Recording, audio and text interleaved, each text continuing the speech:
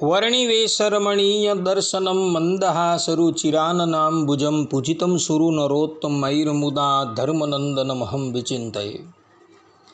असतो मा खड्गमय तमसो मा ज्योतिर्गमय मृत्युर्मा अमृतं गमयः। ओम शांति शांति शांति। अस्मद्गुरुसमारम्भां नाथयामुनमध्यमां लक्ष्मीवल्लभपर्यन्तां वंदे गुरुपरंपरा।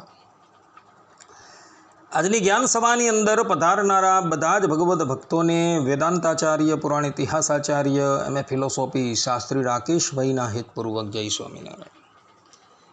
ભક્તો, આજની આ જ્ઞાન સભાની અંદર આપણે બધા આચાર્યએ કેવા મુમુક્ષુને દીક્ષા આપી તથા ન આપી એ સંબંધ પર થોડો વિચાર કરવો, તથા અયોગ્ય મનુષ્યને દીક્ષા આપવાથી શું થાય એ બાબત પર પણ આપણે શાસ્ત્રના માધ્યમથી થોડો વિચાર શ્રવણ કરશું. તો બધા જ શ્રોતાગણો આ પ્રવચન એકાગ્ર મને કરીને શ્રવણ કરે.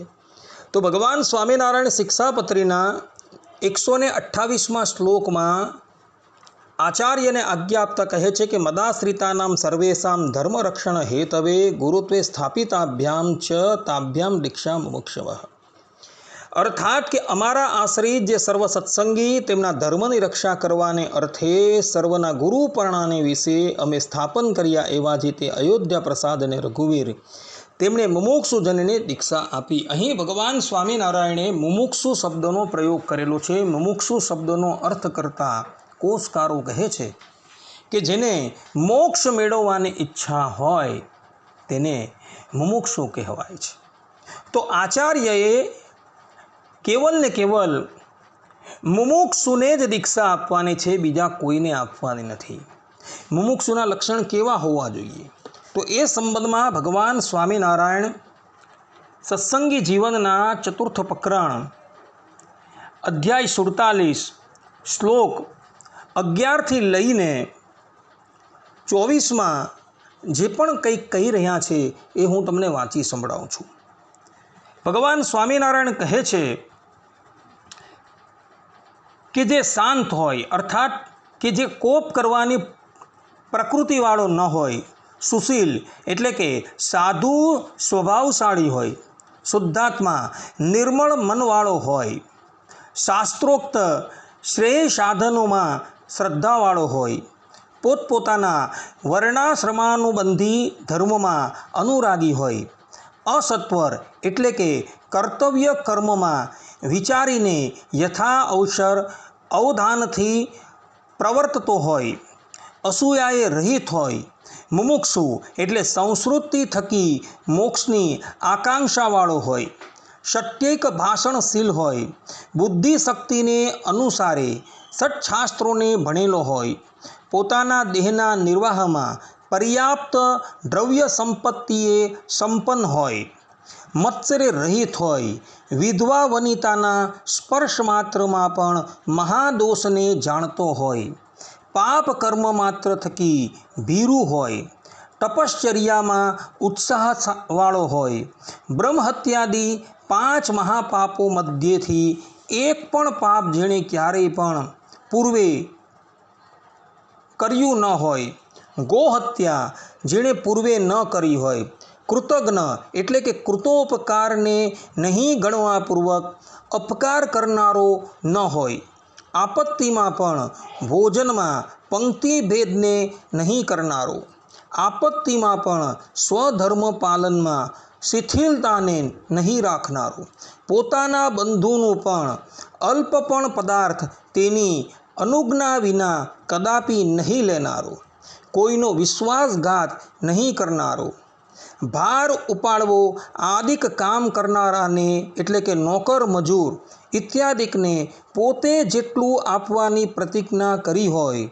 તેટલું સમગ્રપણે આપવાની પ્રકૃતિવાળો પણ તેની એક કપરદિકા માત્ર પણ ક્યારેય પણ નહીં ભાગનારો, અર્થાત કે કોળી માત્ર પણ ન્યૂન નહીં આપનારો હોય, લોભ, કામ, માન, ઈર્ષ્યા, ક્રોધાદિ દોષ વર્જિત હોય, રુજુ એટલે કે સરળ સ્વભાવવાળો હોય, મન વાણી કાયથી ક્રિયામાં એકરૂપતાને રાખનારો સાહજિક કૃપાળુ પ્રકૃતિવાળો હોય, તિતુક્ષુ એટલે કે શીતોષ્ણાદિ દ્વંદ્વની સહનશીલતાવાળો હોય, આપત્તિમાં પણ ધૈર્યશાળી હોય, શુચિ એટલે કે બાહ્ય આભ્યંતર શુદ્ધિએ સંપન્ન હોય, વ્રતાદિકના આચરણમાં ઉપયોગી ક્ષુધા સહન કરવાના સ્વભાવવાળો હોય, સાધુ સેવામાં રુચિવાળો હોય, કાપટ્યે રહિત હોય, ઇન્દ્રિયોની ચપળતાએ રહિત હોય, સ્ત્રી સ્ત્રૈણજનની પરવશતાએ રહિત હોય, અર્થાત કે સ્ત્રી થકી પ્રથમ દીક્ષા લીધેલો ન હોય, કૌલાદી અસન્માર્ગથી વિમુખ હોય, દિવાસ્વાપ પ્રકૃતિવાળો ન હોય, પ્રમાદી ન હોય, ત્રૈવર્ગિક પુરુષાર્થ સંપાદક પ્રવૃત્તિ ધર્મ થકી વિમુખ હોય, અર્થાત કે ગ્રહસ્થ ધર્મમાં ઉદાસી હોય, નિવૃત્તિ ધર્મમાં નિરત હોય, આવા લક્ષણવાળો પુરુષ મહાદીક્ષા ગ્રહણમાં અધિકારી થાય છે. આ પ્રમાણે ભગવાન સ્વામિનારાયણ અહીં સ્પષ્ટ રૂપે કહે છે કે જે આવા લક્ષણોથી યુક્ત હોય એ જ મહાદીક્ષા લેવાનો અધિકારી થાય છે. અગાડી ભગવાન સ્વામિનારાયણ જે વ્યક્તિ મહાદીક્ષા લેવાને અધિકારી નથી તેના લક્ષણ બતાવતા કહી રહ્યા છે કે પૂર્વોક્ત લક્ષણોએ જે યુક્ત હોય તેને જ ગુરુ દીક્ષા આપે, બીજાને ક્યારેય પણ નહીં. ભલે ઉક્ત લક્ષણ લક્ષિત હોય પણ જો જે વ્યંગ એટલે કે અંધત્વાદી ન્યૂન અંગવાળો હોય તેને પણ કદાપી દીક્ષા ન જ આપે. જે અંધ હોય, જે કાણો હોય, જે કેકર એટલે કે ત્રાસી આંખવાળો હોય, જે પાંગળો હોય, જે કુબ્જ એટલે કે કુબળો કે ખૂંડો હોય, જે વામન બહુ નીચો હોય, જેના ઓષ્ઠ, નાસિકા અને કર્ણ છેદાઈ ગયા હોય, જે મૂંગો હોય, જે બહેરો હોય, જે કૂણી એટલે કે વાંકા હાથવાળો હોય, જે ખોળો હોય, આ બધા વ્યંગો તથા જે ભૂતાદિકના પ્રવેશને લીધે વિહવળચિત્તવાળો હોય, જે કોળના રોગવાળો હોય, જે નિત્ય જ્વરાદી રોગક્રાંત હોય, જે ક્ષય રોગવાળો હોય, જે જળ એટલે કે મૂર્ખ હોય, જે સ્વયં ઉચ્ચ હોઈને પણ નીચ કર્મ કરનારો હોય, જે અતિ વૃદ્ધ હોય, તે આ સર્વે ક્યારેય પણ મહાદીક્ષા દાનમાં યોગ્ય નથી. એમને ગુરુએ દીક્ષા ન જ દેવી. કહેલા લક્ષણથી રહિત હોય અને આવા દુર્ગુણોથી યુક્ત હોય એવા મનુષ્યને આચાર્યએ ક્યારેય પણ દીક્ષા આપવાની નથી. ભગવાન સ્વામિનારાયણે સર્વપ્રથમ કેવા મુમુક્ષુ દીક્ષા લેવાને યોગ્ય છે એના લક્ષણ બતાવેલા છે અને ત્યારબાદ ભગવાન સ્વામિનારાયણ એવું કહે છે કે આવા લક્ષણથી જે રહિત હોય તથા જે અંધ હોય, વ્યંગ હોય, વામન હોય, કાણો હોય ઇત્યાદિ દોષથી યુક્ત હોય તેવા મનુષ્ય દીક્ષા લેવાને યોગ્ય નથી. એટલે આચાર્યએ એવા મનુષ્યને ક્યારેય પણ દીક્ષા આપવી નહીં. કદાચ દુર્ગુણી મનુષ્યને, અયોગ્ય વ્યક્તિને દીક્ષા આપવામાં આવે તો શું થાય? તો ભગવાન સ્વામિનારાયણ સત્સંગી જીવનના ચતુર્થ પ્રકરણના 47મા અધ્યાયના 25મા શ્લોકની અંદર કહી રહ્યા છે, દીક્ષામ ગુરુર્યો મહદીમ તુ દત્તે વિના અધિકારમ પુરુષાય કોપી બલાચ દુઃખમ દ્રષદમ યથાંગ્રયોર આદત્ત એવા પયશશ્ચ પુત્રો.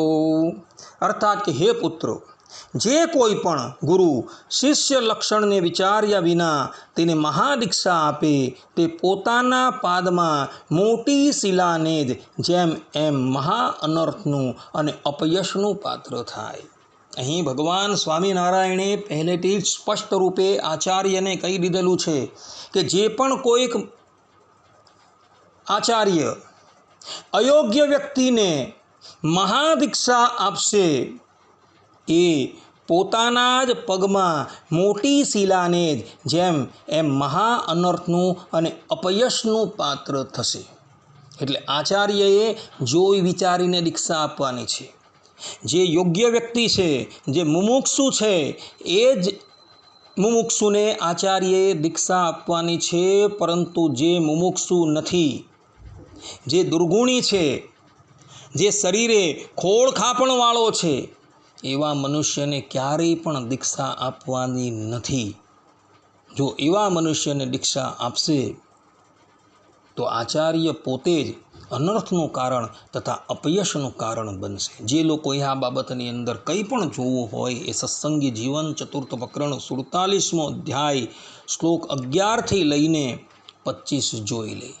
આટલું કહીને હું મારા પ્રવચનને અહીં વિરામ આપું છું. સર્વે સંતુ નિરામયઃ, સર્વે સુખીનો ભવંતુ, સર્વભદ્રાણિ પશ્યન્તુ, મા કશ્ચિદ દુઃખ ભાગ ભવેત. અસ્તુ. જય સ્વામિનારાયણ.